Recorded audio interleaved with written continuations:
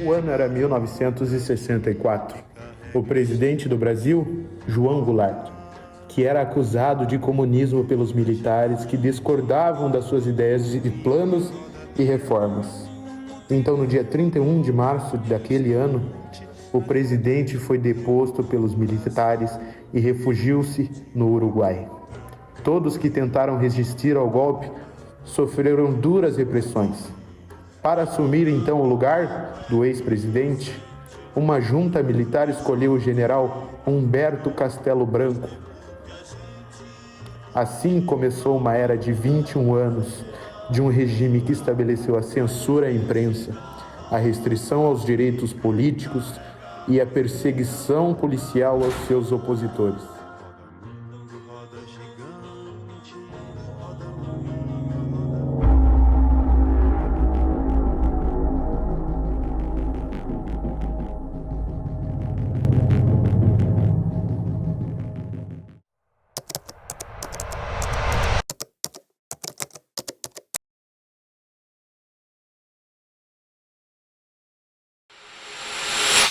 Meu nome é José Maria Gomes da Silva. Nasci natural da cidade de Pilar, Paraíba. Me criei no sítio, região chamada Areia e Figueiredo. Era uma perto da outra e eu vivia nessa região. Meus pais moravam lá, eram todos agricultores e eu cresci nessa cidade. Eu vim até meus 20 anos, fui agricultor. Depois de 20 anos, meu pai adoeceu com uma doença, na época era uma moléstia que ninguém sabia, e fomos para João Pessoa. Ele foi para João Pessoa, para o Hospital Santa Isabel, e dias depois fui visitá-lo. E nessa minha visita, eu fiquei na cidade. Em João Pessoa e lá continuei e aqui estou. Aí comecei a trabalhar. Meu irmão mais velho era negociante da feira, já tinha vindo, já estava estabelecido numa barraca de rua e eu fiquei com ele, ajudando nessa barraca e lá eu sobrevivi esse bom tempo. E cheguei até um certo dia, eu já tinha nessa altura, já estava com 26 anos, né, numa média, e uma senhora, fui na casa de uma senhora, pedi para costurar uma roupa minha. Aí quando cheguei lá, ela se passou comigo e perguntou se eu queria morar com ela, no centro da cidade da General Osório. Aí pronto, eu rapidamente achei a ideia uma beleza e aceitei. Falei com meu irmão, ela concordou e eu fiquei, que o nome dela era Vitória Castor Gouveia, conhecida que era uma pretendente do governador Zé Américo. Zé Américo ficou viúvo naquela época e se casou e queria casar com ela, mas ela era viúva do tio do primeiro arcebispo da Paraíba. Aí esse conceito religioso dela é tão grande que ela não conseguiu casar com o Zé Américo de Almeida. Aí tive, através dela, uma segunda mãe, que a minha mãe era ignorante, analfabeta, lá da roça, não sabia. E era de João Pessoa, naturalmente, da família nobre. E então proporcionou meus estudos, botou para estar no Liceu Paraibano, me ajudou de toda maneira, arranjou um emprego para mim na ANCAR, um órgão novo que tinha sido instalado no Estado, e é da agricultura, que hoje em dia é o INTERPA, Instituto de Terras, que é agregado aqui à região. Eu terminei o primário, estudava em escola particular, do governo, do governo, sabe? Grupo Tomás Medeiros, morava na minha mesma rua. Eu terminei o primário. Aí só entrava no liceu que fizesse o exame de admissão ao ginásio. E é como se fosse um pré-vestibular. Aí então eu já fiz as provas, passei. Já entrei no liceu nessas condições. Para o segundo grau. Fui fazer o curso clássico, porque eu não tinha tendência para o curso de matemática. Eu não conhecia matemática, a minha interesse é mais clássico. Era o social, era a história, essa coisa. Então, para mim foi uma beleza. Fiz a prova, passei de primeira.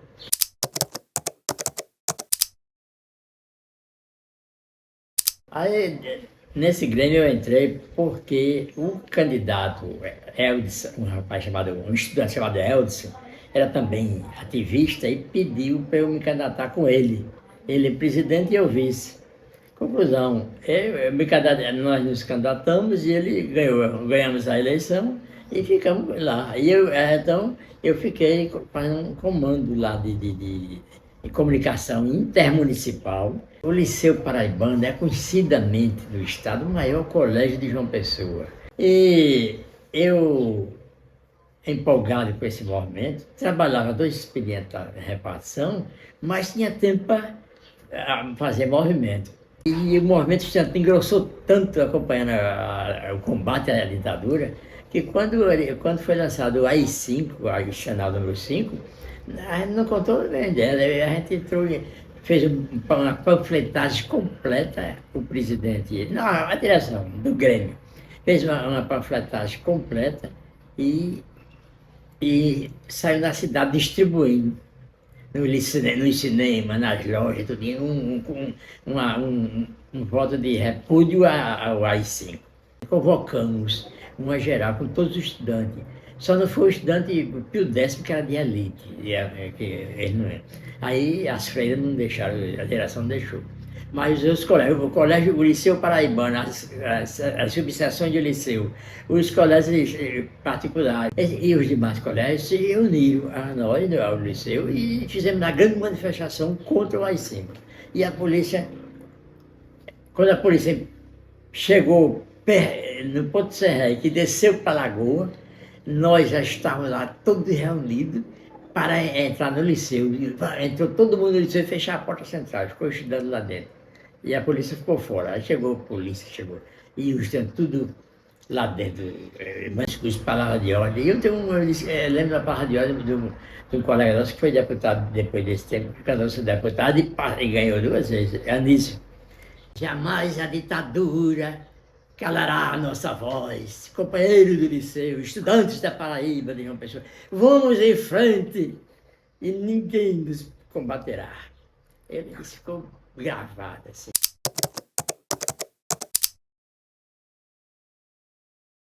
Com a informação obtida pela polícia, de onde eu trabalhava, e ela foi na minha repartição, onde eu morava, que ela foi lá em casa me procurar, e também pela minha condição de estudante, que não faltava aquele ato de panfletar o cinema, aí foram para frente do cinema esperar todo mundo, inclusive eu, que uma colega minha de trabalho me informou, Zé Maria, corra que a polícia está ali pegar, vai para a sua casa e para o cinema, para trás de você. Aí eu fui para minha casa na General Osório, peguei uma bolsinha do colégio que eu tinha pequena mesmo, botei o que podia botar dentro de dentro e viajei para uma cidade do interior, para casa de uns amigos lá. E de lá é que eu passei nessa casa desses amigos, passei 8 dias nessa casa. E eles me enviaram, me deram a orientação como eu saí dali sem a perseguição da polícia. Tem um ônibus nessa região, no interior, eles conversaram com o motorista do ônibus, o motorista me esperava no lugar X. Aí no lugar X, no outro dia de manhã eu estava lá, na beira da estrada. Daqui a pouco quando veio, parou e me chamou, mandaram me sentar numa cadeira lá e eu segui viagem. Daí eu segui para o Rio de Janeiro. Aí pronto, eu fiquei lá, dormi uma noite, eu conversei com o meu padrinho, passei uma noite, ele ali era meio silencioso, com medo, todo mundo tinha medo da ditadura. De ditadura ninguém queria proteger ninguém não. Aí passei lá só 2 dias e viajei para São Paulo, para casa da minha irmã. Fui para São Paulo. Mas eu, com o meu documento, identidade, tudo, no bolso, não podia viajar com esse documento de José Maria. É um cunhado meu que morava lá. E tinha uma amizade lá com o cartório de São Paulo. Aí dizendo, João, o nome dele é João. Disse, João, por favor, o que é que eu faço para tirar outro documento que eu não posso andar com esse documento meu. Ele disse, deixa comigo, vamos ali. Chegou no cartório, disse, dê uma de matuto, diga seu nome, qual é a idade dele, tudo que for que você... No cartório ele disse, fulano, meu amigo, tal, aqui meu cunhado chegou, está sem trabalhar, está aqui há mais de quase um ano sem trabalhar por causa do documento e não sei o quê. O que é que a gente faz para resolver esse problema dele? Aí ele disse, não, pois não, a gente vai dar o jeito do cartório. Aí, como é o nome dele? Aí eu disse, meu nome é Vladimir Jackson de Souza e Selva. Aí ele disse, vai Vladimir? E como é que você vai ficar Vladimir? Numa época dessa, quando o líder dos comunistas é Vladimir, e o senhor está botando o nome de Vladimir, eu digo, mas eu sou culpado de minha mãe ter botado, meu pai. Ele disse, outra orientação lá. Eu estou dando esse é o nome de Vladimir mesmo. E o senhor é de onde? O senhor de Jequié, da Bahia.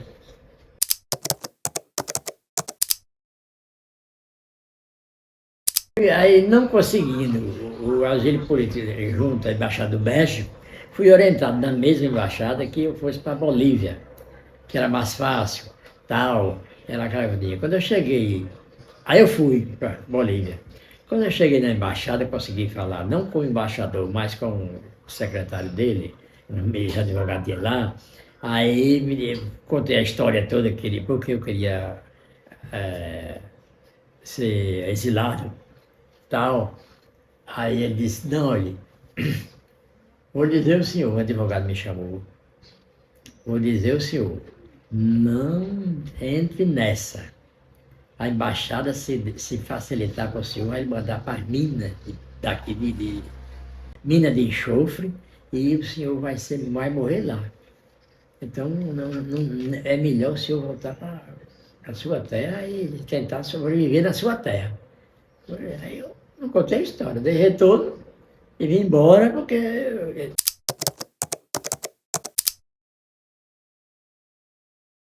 Era uma pensão, aí veio morar um rapaz de Itapeci, de Goiás. Cabelo do carro, tudinho, conversava, tentava especular. Mas seu nome, mas você fala assim, você, com a presença de gente fina. Ele disse, você com a presença de gente fina assim, tudinho, não, mas ao mesmo tempo parece ser um Paraíba. Mas ao mesmo tempo parece ser um Paraíba. Você é? Eu disse, não, eu não sou da Paraíba não. Você está enganado. Eu sou da Bahia e estou com meu documento aqui, se você quiser ler. Aí no outro dia, nessa mesma pessoa, chegou um cearense. Cearense é o cão, todo canto tem um cearense. Aí chegou o cearense, conversou comigo, chamou Vladimir para lá e Vladimir para cá, e eu fui chamado para ensinar. Para rodar mimeógrafo no colégio que eu estudava à noite. Porque lá ninguém sabia rodar. E o diretor do colégio aperreado para fazer as provas dos alunos, para rodar essa prova dos alunos. Aí eu disse, eu sei rodar. Aí me dei aí tem um bocado de copo para ele, tudo, ele ficou satisfeito demais. Aí perguntou a mim se eu queria trabalhar lá no colégio. Eu disse, não, colégio quer não, trabalhar, não, se eu estou bem e tal. Mas eu estava sendo sustentado, a pensão está sendo paga pelo Partido Comunista. Está sendo pago por eles. E a doutora que me mandou para lá nunca mais apareceu. Meu irmão, daqui da Paraíba, Luiz Gomes, meu irmão mandou a carta para mim dizendo que eu tinha sido absolvido no Supremo Tribunal Militar em Brasília. Então, se eu tinha pelo Supremo Tribunal Militar, eu estava livre para ir embora para cá. Aí eu estava ansioso para vir embora. E não contei a história.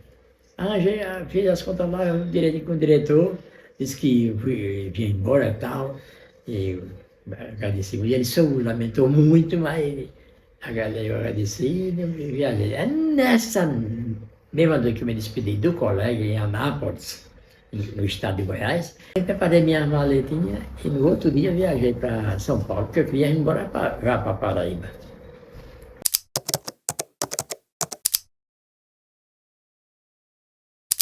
Ao receber uma carta de absolvição junto ao Supremo Tribunal Militar em Brasília, então resolvi voltar ao Nordeste.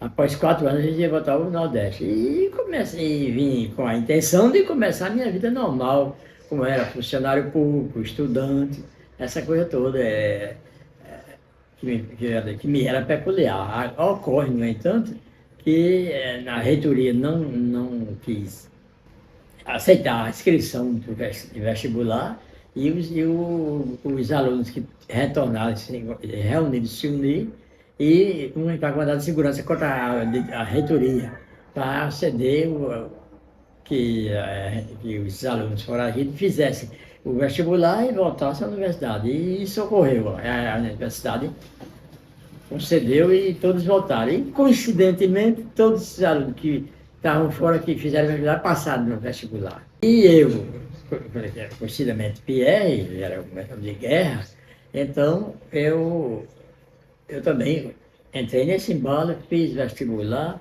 passei e aí a polícia já estava acostumada a procurar o Pierre no centro da cidade, em sua casa, na repartição, procurava sistematicamente Pierre.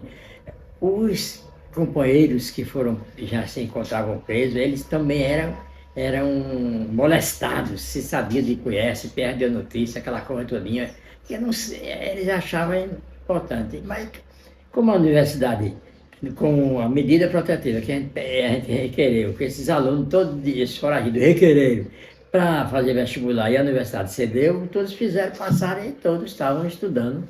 Mas o caso de Pierre é uma situação, porque eles queriam, o exército queria, o exército queria que o Pierre tivesse preso também nas garras, tivesse também presente. Eles tinham sede, vamos dizer, dentro do vulgarmente, eles tinham sede em Pierre. Tanto é que publicaram no jornal que passaram um ano acompanhando Pierre, para as atividades de Pierre. Passaram um ano me acompanhando para ver se conseguiam me pegar.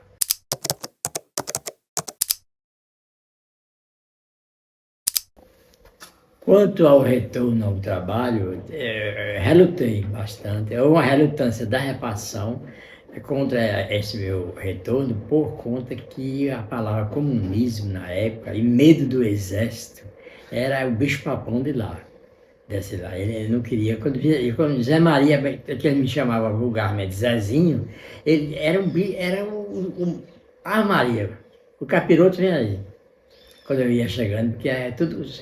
Mas tinha um diretor na época, um diretor forte, eu conversei com ele bastante, tudinho, da realidade, essa realidade todinha contei, e é um direito que eu tinha de voltar para o trabalho. Aí ele relutou, disse, bem, faz o seguinte, eu vou lhe aceitar como nos quadros da repartição, mas você vai para Cabedelo, vai ficar trabalhando em Cabedelo. Aí não tinha alternativa, eu, ao contrário, acatei e fui para Cabedelo, trabalhei um bocado de tempo em Cabedelo, morei em Bahia da Traição, aquele negócio todo, enfim, foi bom, passei lá. Depois me transferiram para João Pessoa, não para a sede, me transferiram para João Pessoa, o projeto que tem em João Pessoa, o núcleo de João Pessoa, que trabalha ao lado do sistema municipal, para lá. Aí eu fiquei lá.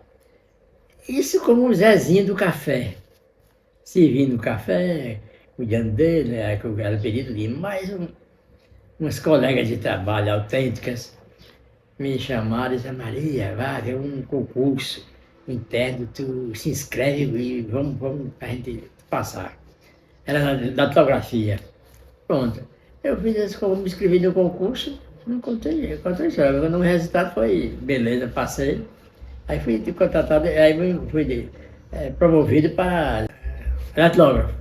Promovido para datilógrafo e lá continuei.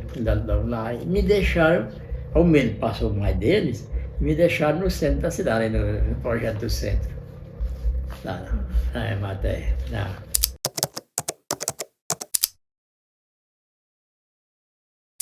Ao retornar dessa perseguição que tive durante vários anos, eu não encontrei o acesso devido que deveria ter encontrado aqui na repartição pública, que a repartição pública, o chefe, a chefia da repartição tinha medo de mim, não gostava, não queria assumir responsabilidade nenhuma sobre mim. E era uma situação insustentável.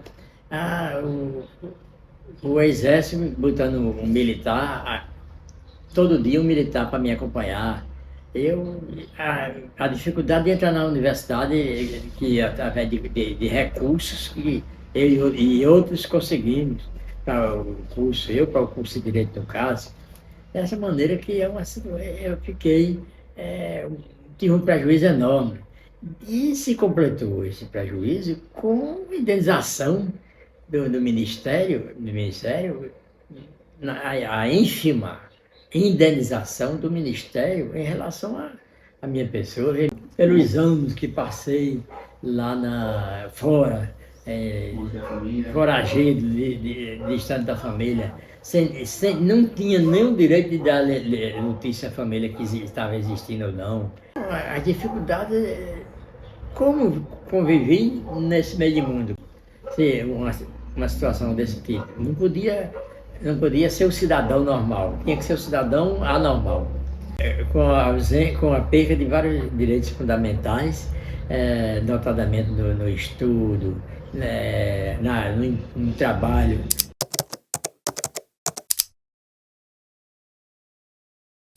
Eu, hoje em dia, me sinto orgulhoso,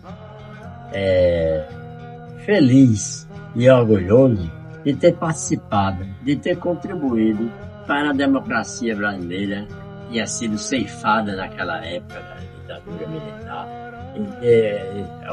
e ao lado de outros companheiros estudantes, todos os estudantes do Brasil, não é só da Paraíba, mas do Rio de Janeiro, de São Paulo, do Brasil, e se uniu com uma união, uma integração total em torno da democracia, da liberdade. E hoje em dia nós temos o respaldo, o resultado positivo dessa democracia, que é combater a ditadura militar ferrenha que naquela época foi implantada no Brasil. Nas escolas, nas ruas, campos, construções, caminhando e cantando e seguindo a canção.